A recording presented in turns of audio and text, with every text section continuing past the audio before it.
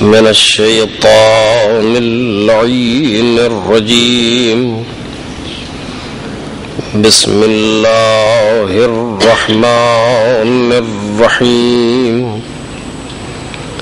الحمد لله الذي إليه مصائر الخلق وعواقب الأمر.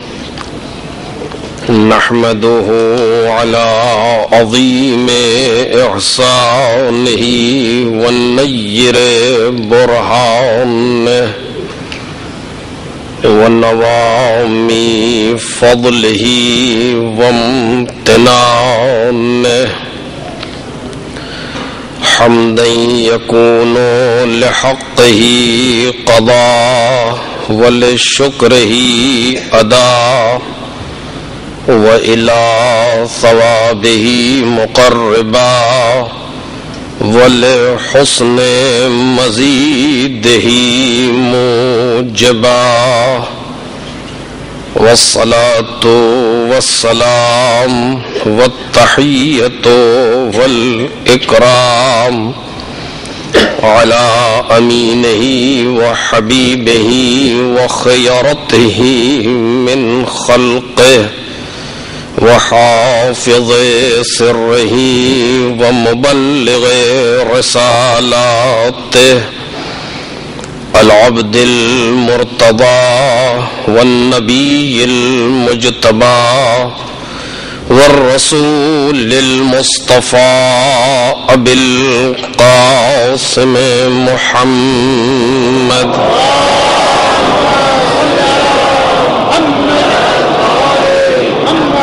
وآله الأطيبين الأطهرين الأكرمين المعصومين المظلومين الذين أذهب الله عنهم الرجس وطهرهم تطهيرا.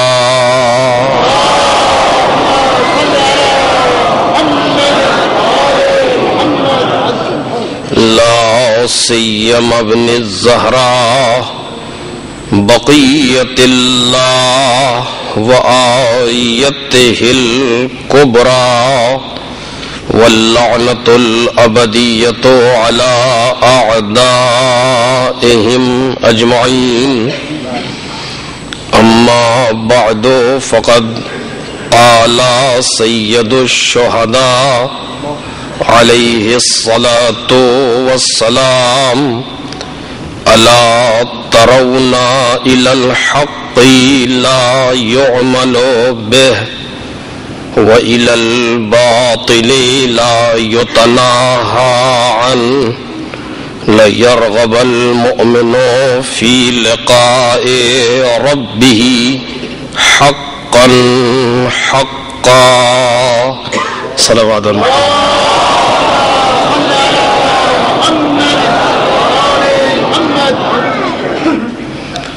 بزرگان محترم اور برادران عزیز، سرکار سید الشہداء سے منسوب ایک فقرہ ہے جس کو اس وقت کی گفتگو کا عنوان قرار دیا جا رہا ہے۔ ارشاد حضرت ہے کہ کیا لوگ یہ نہیں دیکھ رہے کہ حق پر عمل نہیں کیا جا رہا ہے اور باطل سے نہیں روکا جا رہا، تاکہ مومن اپنے پروردگار کی ملاقات کی طرف رغبت پیدا کرے اس طریقے سے جو رغبت پیدا کرنے کا حق ہے۔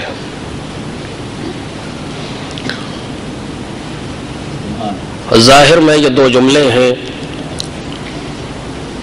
جن کو امام علیہ الصلوۃ والسلام نے ارشاد فرمایا ہے، الا ترون الی الحق لا یعمل بہ، کیا نہیں دیکھ رہے کہ حق پر عمل نہیں کیا جا رہا، وَإِلَى الْبَاطِلِ لَا يُتَنَاهَى عَنْهُ، اور باطل سے منع نہیں کیا جا رہا۔ اس کے معنی یہ ہیں کہ ہر انسان کی ذمہ داری ہے کہ جب وہ یہ محسوس کرے کہ حق پر عمل نہیں ہو رہا ہے اور باطل سے منع نہیں کیا جا رہا ہے تو قیام کرے، جیسا کہ جناب سید الشہداء نے اس فقرے میں ارشاد فرمایا۔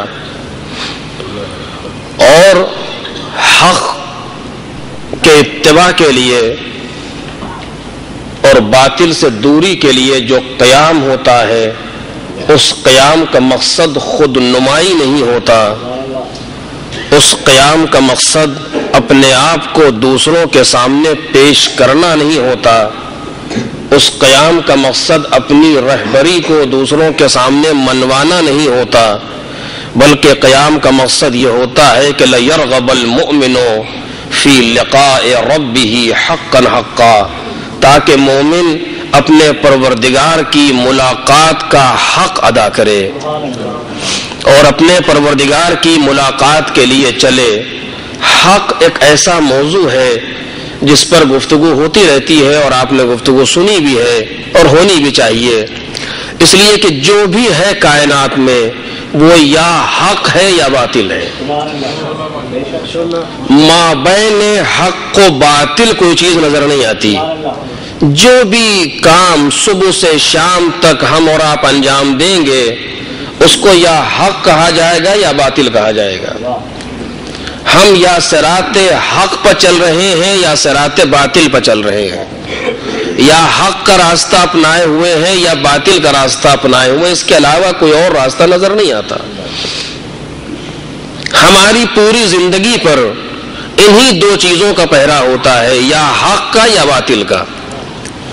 ہم نے جو چیز دیکھی ہے وہ یا حق تھی یا باطل تھی، ہماری زبان پر جو کلمہ آیا ہے یا یہ حق تھا یا باطل تھا، ہمارے پیر جس راستے پر چلے ہیں وہ راستہ حق تھا یا باطل تھا، اس کے علاوہ کچھ اور تو نہیں ہے۔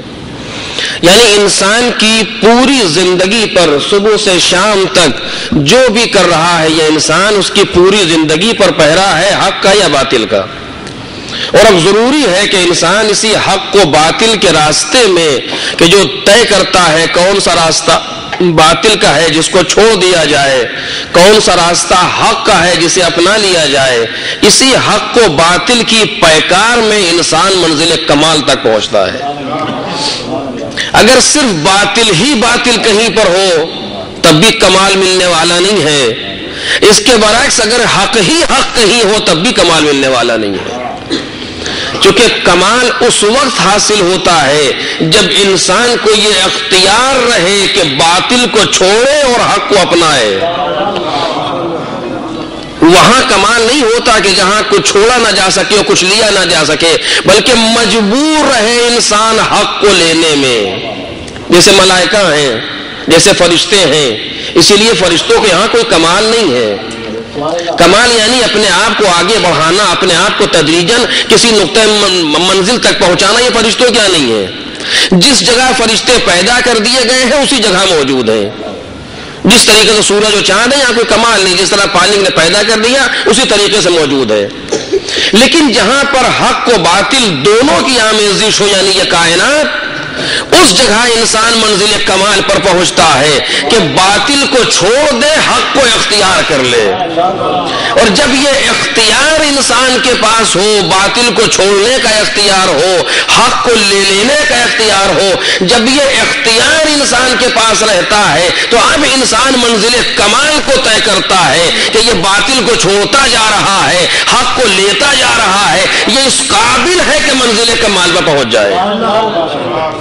یہ اختیار اس جگہ ملتا ہے انسان کو، یہ کمال وہاں آتا جہاں دونوں رہے۔ اسی لیے پروردگار عالم نے اس کائنات میں حق و باطل دونوں کو رکھا ہے۔ اور جو میری گفتگو آپ کے سامنے ہو رہی ہے شب کی، اس میں انشاءاللہ اور بھی عرض کروں گا اس مقام پر کہ پروردگار عالم نے دیکھے حق و باطل کو، اور یہ میرے عزیزو بہت خطرناک منزل ہے ہمارے اور آپ کے لیے، توجہ کیجئے گا اس مقام پر، نہایت خطرناک منزل ہے۔ پروردگار عالم نے حق حق و باطل دونوں کو کائنات میں رکھا ہے. کسی زمانے میں ایسا نہ ہوگا کہ حق ختم ہو جائے، کسی زمانے میں ایسا بھی نہ ہوگا کہ باطل ختم ہو جائے. نہیں، حق و باطل کائنات میں دونوں ہیں، امتزاجی کیفیت رکھتے ہیں، ملے ہوئے ہیں دونوں. یہ انسان کی اپنی نظر کا کمال ہوتا ہے کہ وہ حق کو لے لے، باطل کو چھوڑ دے. ورنہ کسی جگہ پر آپ کو یہ کوئی بھی ڈیوائیڈر کو ایسی لائن نہیں ملے گی جو ڈیوائیڈ کر رہی ہو. اس طرف سارا کا سارا حق نظر آتا ہے، اس طرف سارا کا سارا باطل نظر آتا ہے. ایسا نہیں ہے، بلکہ حق و باطل آپس میں ملا ہوا ہے اس کائنات میں. کوئی انسان صبح سے شام تک جو بولتا ہے ضروری نہیں ہے کہ 100% حق بول رہا ہو، اور یہ بھی ضروری نہیں ہے کہ 100% باطل بول رہا ہو، بلکہ ایک امتزاجی کیفیت ہے انسان کے اندر. اب اس میں انسان کا کمال ہے کہ حق کو لے اور باطل کو چھوڑے. پروردگار نے اس کائنات کو ایسا بنایا ہے کیونکہ منزل کمال تک پہنچانا تھا انسان کو، لہذا تقاضا یہ تھا کہ حق و باطل کو ملا کر کے کائنات کو بنایا جائے، تاکہ انسان اختیار کرے، چنے کیا حق ہے کس کو لے، کیا باطل ہے کسے چھوڑے. اور یاد، میں بہت سی باتیں لیکن وقت کے اندر گزارش کرنا ہے، اس لیے کہ انسان خود کو منزل کمال پہ پہنچانا چاہتا ہے صرف فقط کائنات میں. ہماری قبر میں آپ کو نہیں رکھا جائے گا اور آپ کی قبر میں ہمیں نہیں رکھا جائے گا. ہر انسان کو اپنا جواب دینا، فلاں یوں تھے ہم نے یہ کیا، اس کی کوئی گنجائش اسلام کے اندر نہیں پائی جاتی. ہم کو دیکھنا ہے کیا حق ہے، توجہ کیجیے گا، ہمیں دیکھنا ہے کیا باطل ہے. فلاں یہ کر رہا تھا ہم بھی چل دیا، ایسا نہیں ہے، بلکہ انسان، یاد رکھیے گا، اتنا اختیار پروردگار عالم نے انسان کو دیا ہے. اگر پوری کائنات باطل میں ڈوب جائے اور کوئی حق پر چلنا چاہتا ہو تو چل سکتا ہے، اور اگر پوری کائنات حق میں ڈوب جائے پھر بھی کوئی باطل پر چلنا چاہتا ہو تو چل سکتا ہے. دونوں طرح سے پروردگار عالم نے اختیار دیا تھا. پوری کائنات باطل میں ڈوبی ہوئی تھی، ایک 16 برس کا لڑکا تھا، بچہ تھا جو حق پر چلنا چاہ رہا تھا، چلا کائنات کے اندر، کوئی اسے روک نہیں پایا. پوری کائنات باطل میں ڈوب رہی تھی، اپنے آپ کو خدا کہہ رہا تھا اس وقت کا انسان، لیکن اس کی اپنی زوجہ اگر حق پر چلنا چاہتی تھی تو چلی. جناب آسیہ آپ کے سامنے ہے، اگر حق پر چلنا چاہ رہی تھی تو فرعون کی بیوی ہونے کے باوجود حق پر چل کے دکھایا. اور قرآن نے جناب آسیہ کو مومنین کے لیے مثال بنا کے پیش کیا، مومنین کے لیے مثال بنا کے پیش کیا جناب آسیہ کو. اگر زمانہ کتنا ہی برا شوق کیوں نہ ہو، تم حق پر چلنا چاہو تو تمہیں کوئی روک نہیں سکتا. اور اگر باطل پر چلنے پر آ جائے انسان تو زمانہ کتنا ہی بہتر ہو، انسان کتنا ہی بہتر ہو، نبی کے ماتحت رہے، اس کے بعد بھی باطل پر چلے. صلوات پڑھیں محمد اور آل محمد.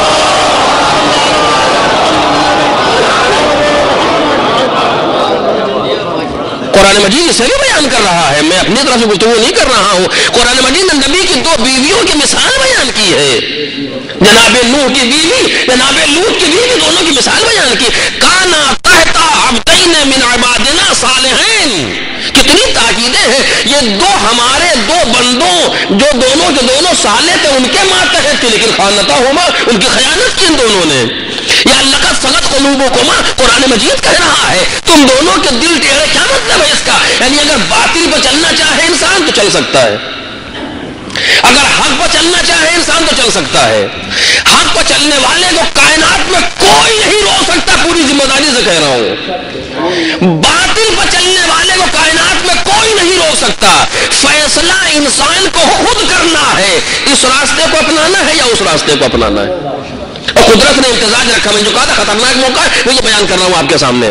قدرت نے آواز دی وَجَعَلْنَاهُمْ أَئِمَّةً يَهْدُونَ بِأَمْرِنَا، ہم نے انہیں امام بنایا ہے جو ہمارے امر سے ہدایت کرتے ہیں. اور اس پر گفتگو آپ رات میں سن رہے ہیں، پھر سنیں گے انشاءاللہ اگر زندگی رہی.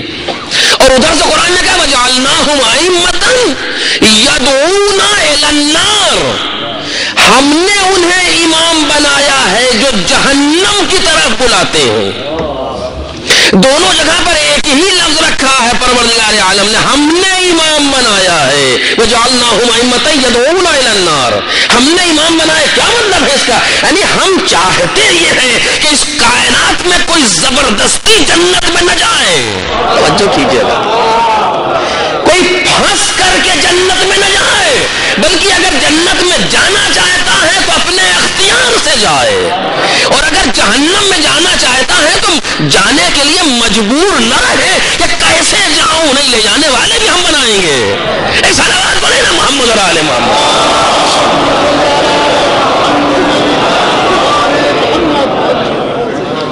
اگر کسی کو جہنم میں جانے کا شوق ہے تو وہ تنہا نہیں ہے، ہم لے جانے والے بنائیں گے۔ وجعلناہم ائمۃ یدعون الی النار، اور پھر اس کے بعد اگر تم جنت کے راستے پر چلنا چاہتے ہو تو پریشان نہ ہونا، ہم تمہاری مدد کریں گے، اور اگر جہنم کے راستے پر جانا چاہتے ہو پریشان نہ ہونا، ہم تمہاری مدد کریں گے۔ نمد ہؤلاء ونمد ہؤلاء، ہم ان کی بھی مدد کریں گے، ہم ان کی بھی مدد کریں گے۔ اگر یہ مدد ہی تو ہے، اگر وہ جہنم جانے والوں کا رزق بند کر دے تو کون جائے گا؟ کبھی نہیں بند کرے گا۔ تم جہنم میں جانا چاہتے ہو، ہم تمہاری مدد کریں گے۔ تم نماز نہیں پڑھنا چاہتے، نہ پڑھو، ہم تمہیں خواب سونے سے زبردستی اٹھائیں گے نہیں۔ تم داڑھی موننا چاہتے ہو، مونڈو، ہم زبردستی بال نکالیں گے نہیں۔ ایک کائنات کا دستور ہے جو چل رہا ہے، جس راستے پر چلنا چاہتے ہو چلتے رہو، ہم تمہیں ادھر بھی رزق دیں گے، ہم تمہیں ادھر بھی رزق دیں گے۔ ہم تو وہ ہیں، اگر موسیٰ کو دیتے ہیں تو فرعون کو بھی دیتے ہیں، اگر ابراہیم کو دیتے ہیں تو نمرود کو بھی دیتے ہیں۔ ایسا آواز پڑھے نا محمد اور آل محمد۔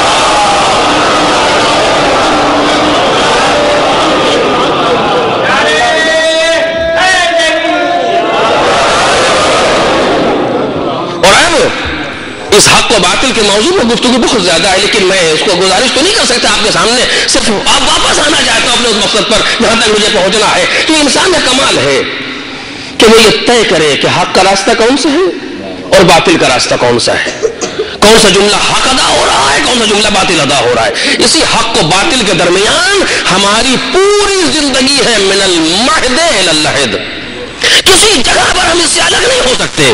اور اسی کو امام نے فرمایا کہ الا ترون الی الحق لا یعمل بہ والی الباطل لا یتناہى عنہ لیرغب المؤمن فی لقاء ربہ حقا حقا، تاکہ مومن اپنے پروردگار کی ملاقات کے لیے آگے بڑھے اس طریقے سے جو ملاقات کا حق ہے۔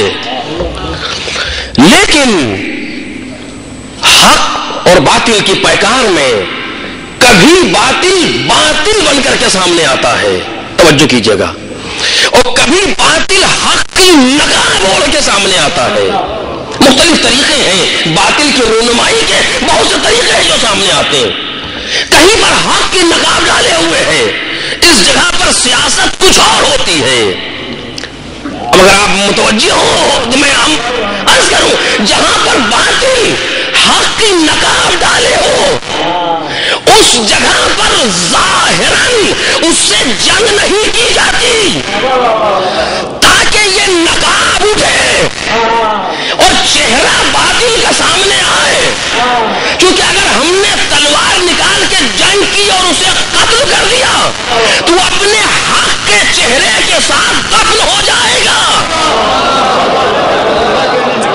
میں کوئی بات کہہ رہا ہوں اگر آپ محسوس کر رہے ہو، ضروری ہے کہ موقع دیا جائے، اسے فرصت دی جائے تاکہ یہ نقاب اتر جائے اور دنیا پہچان لے کہ یہ باطل ہے۔ اور اگر باطل کے چہرے پر نقاب نہ ہو تو پھر شمشیر نکال کے لڑنا آسان ہے۔ نہیں، میں پھر واپس آؤں گا جملوں پر میرے عزیزوں، اگر باطل حق کی نقاب ڈال کے آ رہا ہو تو اتنا ہمیں وقت درکار ہے کہ اس نقاب کو اتارا جائے، کائنات کے سامنے باطل کا چہرہ سامنے آئے۔ نہیں، میں گزارش کر رہا ہوں باطل کا چہرہ سامنے آئے، کیوں؟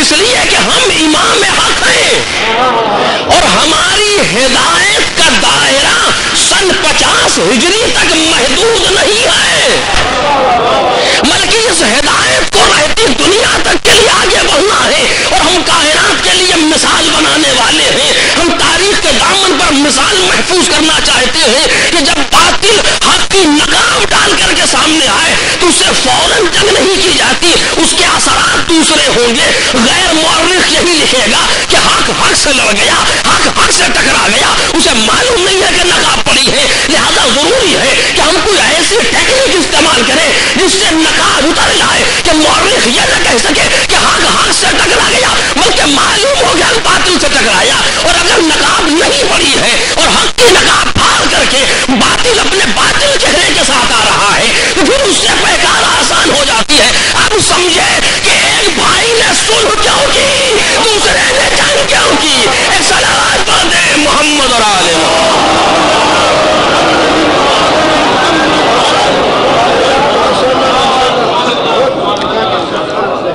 یہ صلح نہیں ہے, یہ باطل کے چہرے سے نقاب اتارنا ہے.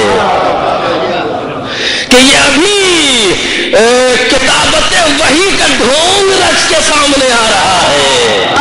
اب میں جملے کی وضاحت تو نہیں کر سکتا, ابھی کاتب وحی ہونے کا ڈھونگ رچا ہوا ہے, ابھی کچھ لالکاب ہیں جو اس کے ساتھ لگے ہوئے ہیں کہ جو باطل کے چہرے کو چھپائے ہیں. لہذا ضروری ہے کہ اس سے صلح کرو تاکہ اس کی نقاب اتر جائے اور اس کا صحیح چہرہ دنیا کے سامنے آئے.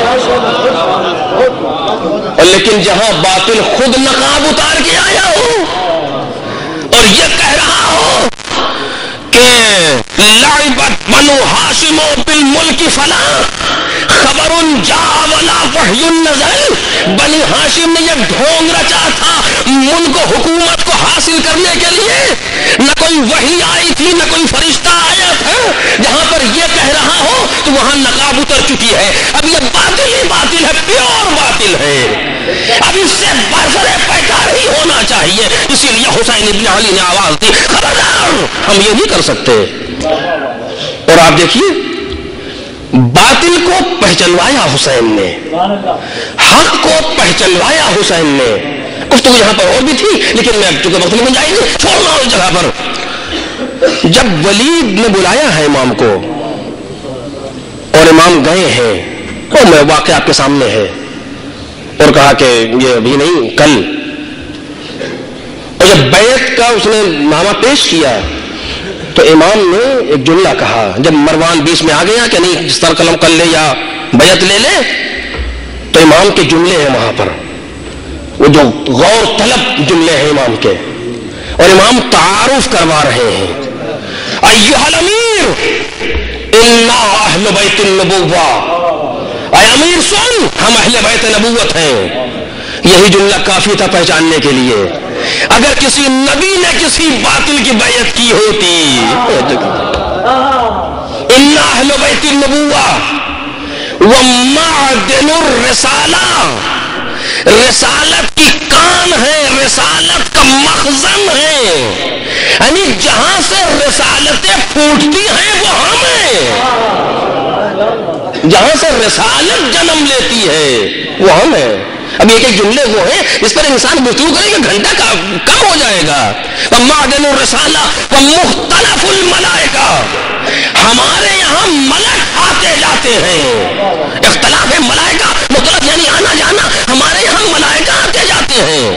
بنا فتح اللہ, ہمارے ذریعے سے اس کائنات کو خدا نے بنایا. وہ بنا ختم, اور ہمارے ذریعے سے یہ کائنات ختم ہوگی. تو جو قرار یہ تعارف کرایا جا رہا ہے راہ حق کا, اور ادھر امام نے تعارف کرایا وَيَزِيدُ رَجُلٌ فَاسِقٌ شَارِبُ خَمْرٍ قَاتِلُ النَّفْسِ الْمُحَرَّمَةِ مُعْلِنٌ بِالْفِسْقِ. یہ سارے صفات ہیں جو یزید کے بتائے. یزید کون ہے؟ فاسق ہے. فسق و فجور یزید کا شیوا ہے. شارب و خمر, شراب پینا یزید کا شیوا ہے. قاتل النفس المحرمہ, نفس محترمہ کو قتل کرنے والا یہ یزید کا شیوا ہے. معلن بالفسق, فسق کا اعلان کرنا یہ یزید کا شیوا ہے. اپنا تعارف کرایا یعنی حق کا تعارف کرایا, یزید کا تعارف کرایا یعنی باطل کا تعارف کرایا. اب حق اپنے بالکل سامنے آ چکا ہے جو آئی ہے, باطل بھی نقاب اتار کے آ چکا. اب امام حسین نے ایک تاریخ ساز فقرہ کہا, پہلے دونوں کا تعارف کرایا, اپنا تعارف کرایا, یزید کا تعارف کرایا, پھر آواز دیتے مثلی لا یبایع لمثلہ، مجھ جیسا اس جیسے کی بیعت نہیں کر سکتا۔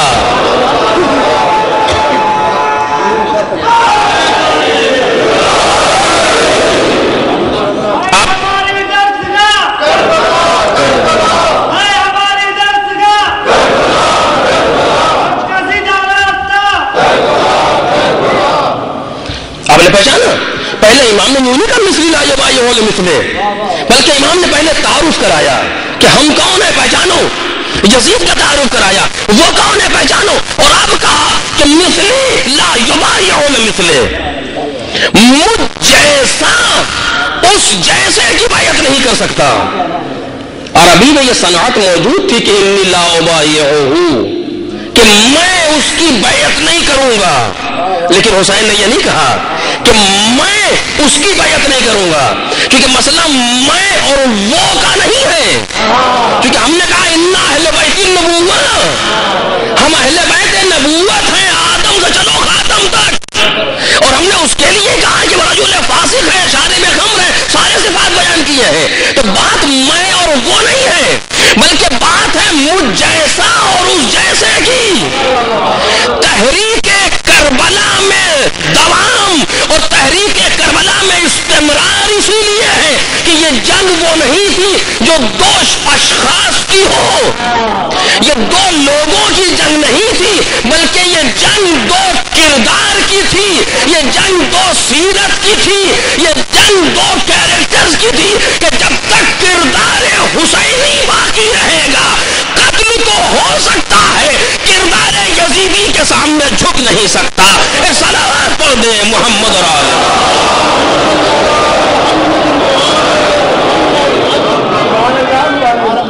بس میرے عزیزوں، میں دو باتیں آپ کے سامنے گزارش کروں، اسی میں مجلس تمام ہو جائے گی۔ یزید نے 3 سال حکومت کی ہے اور 3 بڑے کارنامے اس نے انجام دیے۔ 3 سال حکومت کے 3 کارنامے انجام دیے۔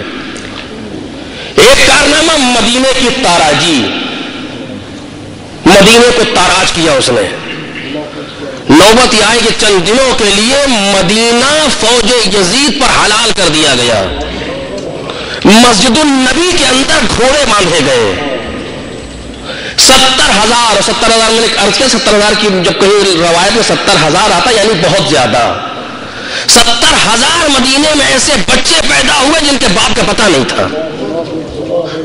یہ مدینہ تھا، چند دنوں کے لیے مدینہ کتنا خون بہا مدینے میں یزید کے زمانے میں۔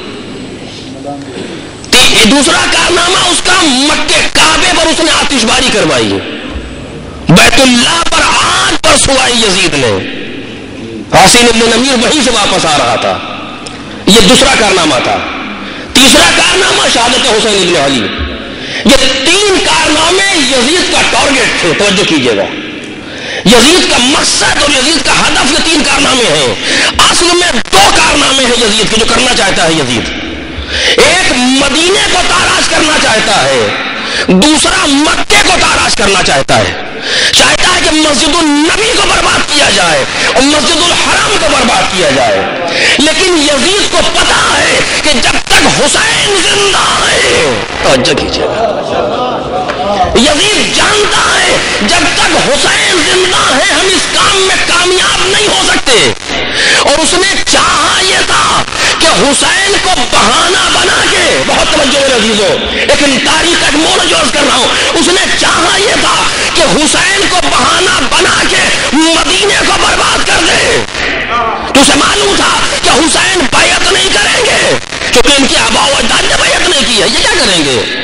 لیکن پھر بھی بیعت کا سوال اس لیے ہے، بیعت پر ضد اس لیے ہے کہ اگر حسین منع کرے تو حسین کو بہانہ بنا کے مدینے پر حملہ کیا جائے اور مدینے کو تاراج کر دیا جائے، اور یہ کہا جائے گا کہ چونکہ یزید و حسین کا جھگڑا تھا لہذا اس جھگڑے میں مدینہ برباد ہو گیا، ورنہ یزید کہاں مدینے کو برباد کرتا، وہ چاہتا تھا حسین کو بہانہ بنا کے مدینے کو تاراج کرتے۔ نگاہ امامت نے دیکھا یزید تو میرے سامنے سیاست چلنے والا ہے، حسین نے مدینہ کو راتوں رات چھوڑ دیا۔ اب کیا کرے یزید؟ حسین تو مدینے سے چلے گئے، مکے آ گئے، اس نے چاہا کہ حج کے زمانے میں جہاں سارے حاجی جب موجود ہوتے ہیں اس وقت حسین سے لڑ کر کے مکے کو تاراج کر دیا جائے. اس وقت حج کے موقع پر حسین ابن علی سے جنگ کر کے مکے کو تاراج کر دیا جائے, مسجد الحرام کی بے حرمتی کر دی جائے, اور مورخ یہی لکھے گا کہ حسین اور یزید کی جنگ میں مکہ برباد ہو گیا. حسین ابن علی نے اس کو بھی دیکھ لیا, حج کو عمرے سے بدلا, مکے کو چھوڑ دیا. لوگ کہتے ہیں کہ مولا مدینے سے نہ جائیے, کہ یہ نہیں ہو سکتا. لوگوں نے روکا کہ مکے سے نہ جائیں, جملے ہیں تاریخ کے, لوگا کہ مکے سے نہ جائیں, یہاں تو لوگ موجود ہیں, کہ میں ایک بالشت مکے کے باہر مارا جاؤں مجھے منظور ہے, مگر مکے کے اندر مارا جاؤں منظور نہیں ہے. کیونکہ یہ امامت کی نگاہیں دیکھ رہی ہے کہ تاریخ یہی لکھے گی کہ حسین و یزید کی جنگ میں مکہ برباد ہو گیا. نہیں, نقاب اتارنا ہے ہمیں. مکے کو حسین نے چھوڑا, ایک ایسی جگہ پر آئے کہ جہاں پر کوئی ایسی بات نہ رہ جائے, اور تاریخ نے دیکھا کہ وہی ہوا. جب حسین کو شہید کر لیا تو مکے کی بھی بے حرمتی کی, مدینے کی بھی بے حرمتی کی. صلوات پڑھیں محمد اور آل محمد.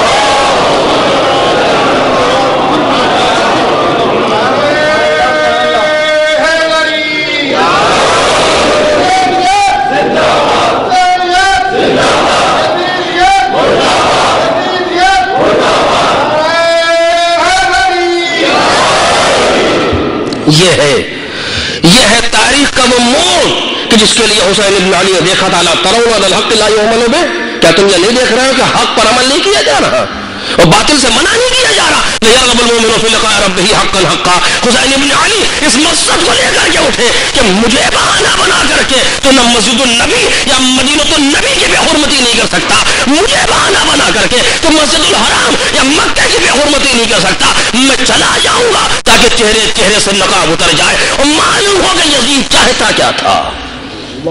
یزید نے کہا ہے کہ بنی ہاشم نے کھیل کھیلا تھا, نہ کوئی خبر آئی تھی, یعنی وحی کا انکار ہے. میں عرض کروں گا آپ کے سامنے کہ یہاں پر سب کچھ ختم ہو گیا, ایسو کر دیا.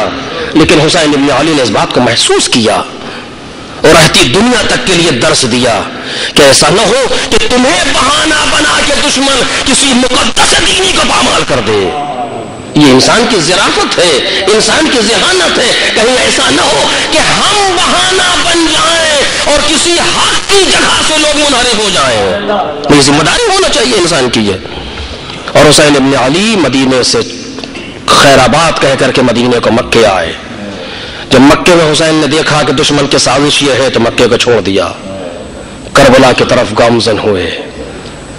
آئے راستے میں چلتے چلتے ایک جگہ پر حسین ابن علی نے پرچم تقسیم کیے لوگوں کو, یہ علم تمہارے لیے ہے, تم کو اس کی سرداری کرنا ہے, یہ علم تمہارے لیے ہے. ایک پرچم حسین نے کنارے رکھ لیا. کسی نے کہا مولا یہ بھی کسی کو دے دیں, کہا نہیں, اس کا لینے والا آئے گا.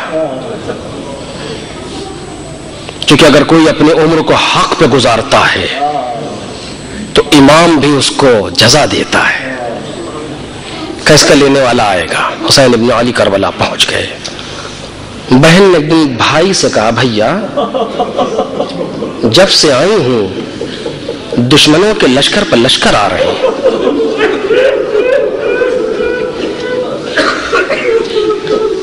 یہ بھیا کہ اس بھری دنیا میں کوئی بھی نہیں رہ گیا تمہارا.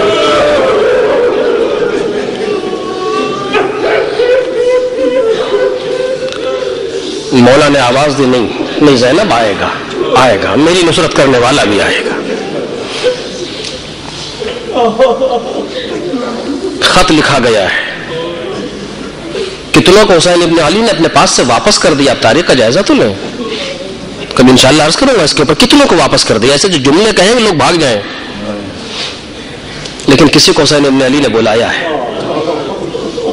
خط گیا, حبیب گھر میں تھے, دق الباب ہوا, کون؟ انا برید الحسین, میں حسین کا قاصد ہوں, جلدی سے دروازے پر آئے. کیا لائے ہو؟ کا نامہ لایا ہوں. لاؤ. دیکھا, تحریر کا پہچانا لکھا تھا من حسین الغریب الى الرجل الفقیر حبیب ابن مظاہر. چاک کیا, بوسہ دیا، آنکھوں سے لگایا، لکھا تھا حبیب تم سے بہتر رسول سے میری نسبت کو کون پہچانے گا؟ اے حبیب ہم دشمنوں میں گھر رہے ہیں، ہماری مدد کو آپ۔ اندر آئے، زوجہ نے پوچھا کیا ہوا؟ کہا حسین ابن علی دشمنوں میں گھر رہے ہیں، مجھے مدد کے لیے بلایا ہے۔ کہا پھر کیا ارادہ ہے؟ کہا مجھے تیرا خیال آ رہا ہے۔ تاریخ کا جملہ آپ سنیں گے، زوجہ کہتی حبیب میں یہ خاک پھانک کے جی لوں گی، میں یہ خاک پھانک کے جی لوں گی، تم جاؤ نصرت کے لیے۔ حبیب نے دعائیں دی، میں تو تیرا امتحان لے رہا تھا۔ ارے کہاں یہ ممکن ہے کہ راتب دوش رسول مجھے بلائے اور میں جان سے دریغ کروں؟ غلام سے کہا اس گھوڑے کو لے لے، فلاں باغ کے نزدیک جا کر کے میرا انتظار کر، چرانے کے بہانے سے لے جا، کوئی یہ نہ سمجھے کہ میں باہر نکلنا چاہتا ہوں، جو کوفے کے راستوں پر پہرے ہیں۔ گھوڑا اس باغ کے پاس لے گیا، گھوڑے کو اس باغ کے پاس غلام لے گیا۔ جناب حبیب بازار میں گھومتے ہوئے ٹہلتے ہوئے، کسی کو یہ محسوس نہ ہو، ایک جگہ پر دیکھا مسلم ابن اوسجا مہندی خرید رہے ہیں نا۔ کہا مسلم کیا لے رہے ہو؟ کہا ہینا لے رہا ہوں۔ کہا تمہیں کچھ معلوم ہے؟ کہا کیا ہوا؟ کہا حسین ابن علی کربلا کے میدان میں گھر گئے۔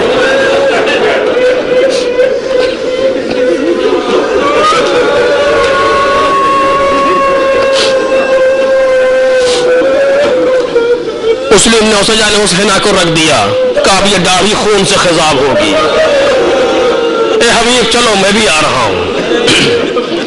اس گفتگو میں، اس آنے میں کچھ دیر ہوئی۔ حبیب خود کہتے ہیں کہ جب میں پہنچا ہوں تو میں نے ایک عجیب منظر دیکھا۔ منظر کیا دیکھا؟ گھوڑا بےتابی کر رہا تھا، زمین پر ٹاپے مار رہا تھا۔ تو غلام اس سے کہہ رہا تھا گھبرا نہیں، پریشان نہ ہو، اگر حبیب نہ آئے نا تو میں تجھ پر سوار ہوں۔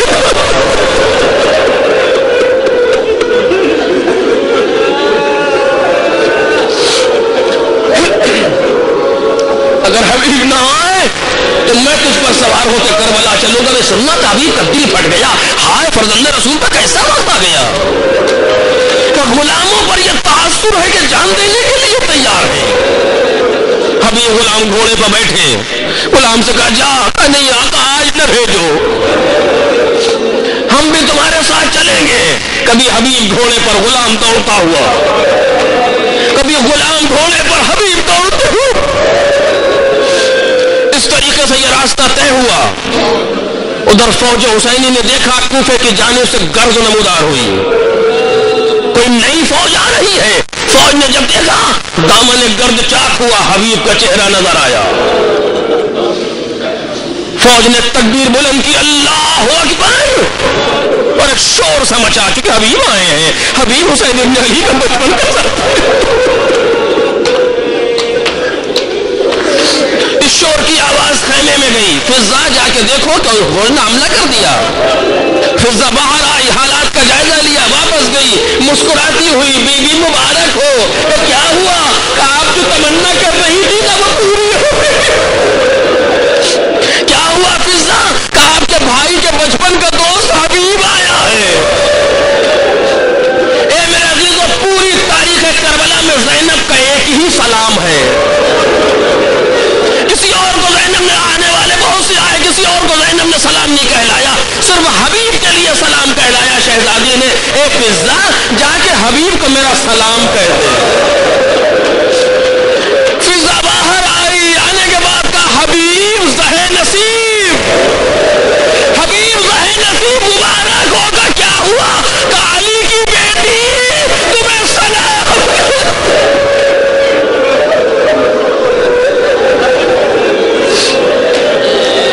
حبیب نے اس سلام کا مقصد خوب سمجھا۔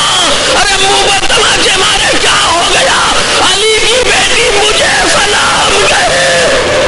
ارے یہ سلام نہیں تھا بلکہ شکریہ تھا حبیب۔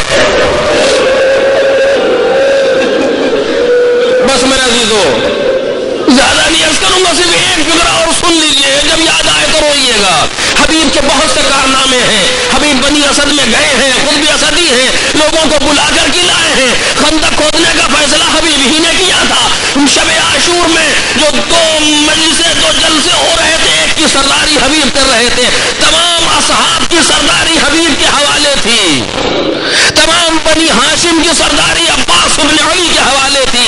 عباس کربلا کا لشکر، کربلا کے لشکر کا لمبردار ہے۔ بس جلدی سے دو لفظ سنیے، بڑی منزلت ہے حبیب کی۔ آپ دیکھیے امام سجاد نے حبیب کو الگ دفن کیا ہے، سارے کے سارے گنج شہیدہ میں دفن ہیں، لیکن حبیب کو امام نے الگ دفن کیا۔ اور کہاں دفن کیا؟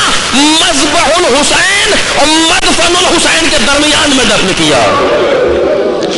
دروازے کے پاس حبیب دفن ہے، آؤ تو حبیب سے مل کے آؤ، جاؤ تو حبیب سے مل کے جاؤ۔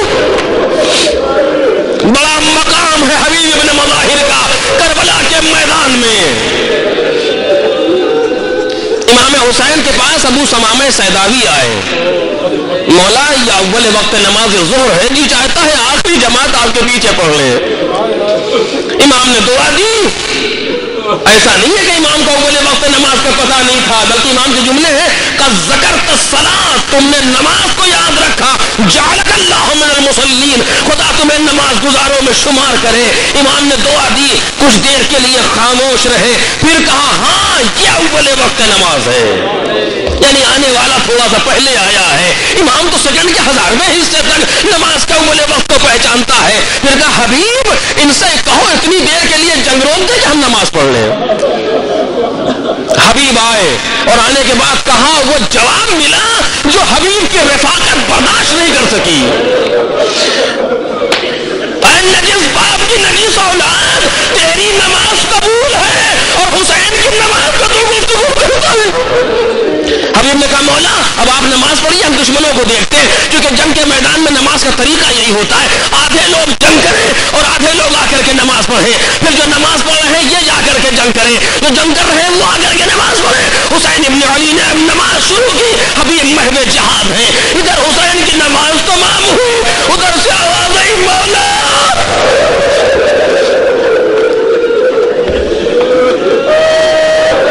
جناب حبیب کے لاشے پر آئے حسین، ایک منٹ عزیزو، اور آ کر کے جملہ کہا للہ درک یا حبیب، اے حبیب خدا تم پر رحمت کرے، تم وہ تھے کہ لقد تختم القرآن فی لیلۃ واحدہ، اے حبیب تم پورے قرآن کی تلاوت ایک رات میں کیا کرتے تھے۔ دیکھ رہے حبیب کون ہے؟